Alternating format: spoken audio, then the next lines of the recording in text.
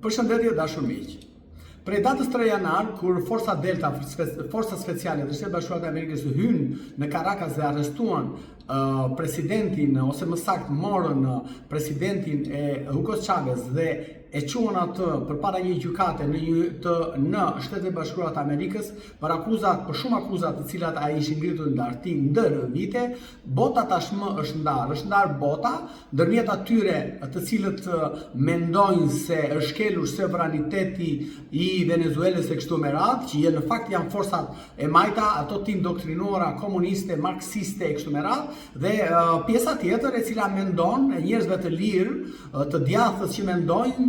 se Shtetet e Bashkuara bë veprimin e dur që e morën presidentin e Venezuelës dhe e çuan atë në Shtetet e Bashkuara të Amerikës. Pra e çliruan popullin e Venezuelës nga një diktator. Padyshim që bota do ishte e ndarë, sepse është e tillë dhe forcat e majta, qofshin këto në Europë ose jashtë saj, tashmë janë të shqetësuara për mënyrën se si po vepron presidenti i Shtetit Bashkuar Donald Trump dhe mënyra se si ai po ndikon me administratën e tij për t'i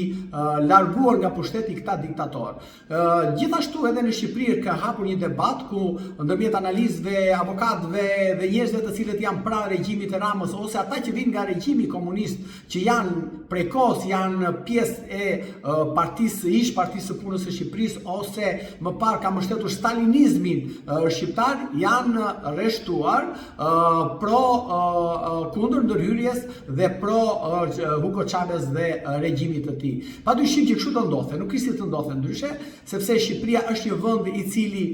vjen nga diktatura, ka rënë përsëri në diktaturë dhe njerëzit të cilët nuk e kuptojnë lirinë. Unë kam qenë qartësisht me njerëz kur kam thënë, shqiptarët janë sklever dhe janë sklever të lindur sepse janë bisklebrish dhe nuk e kuptojnë dot lirinë. Është problem shumë i madh me njerëz që nuk e kuptojnë lirinë dhe kapen pas artificave ligjore, jo sovraniteti e kështu me radhë. Padyshim që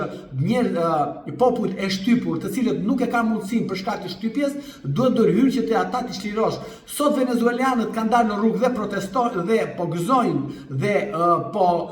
i urojnë të gjithë të mirat, jo vetëm administratës së Shtetit Bashkuar, por edhe vetë Donald Trumpit. Të shqetësuar janë shqiptarët dhe analistët e kështu me radhë, ku po na tregojnë ne sovranitetin, ndërkohë këtë sovranitet vetë ata në Shqipëri ja kanë dhënë të huave, ja kanë dhënë ONM-s për të bërë reformën gjatë në drejtësi, ja kanë dhënë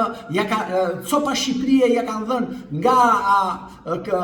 Emiratet Arabe deri në Itali. Këta që nuk shqetësohen për sovranitetin e tyre, ku ujërat e zeza kanë mbytur Shqipërinë, kur çdo gjë këtu vidhet, çdo gjë këtu manipulohet, ku çdo gjë këtu është në dorë të mafjes, na u shqetëso kanë tani për sovranitetin e Venezuelës e kështu me radhë. E di si ju thon kësaj historie, kjo është histori e cila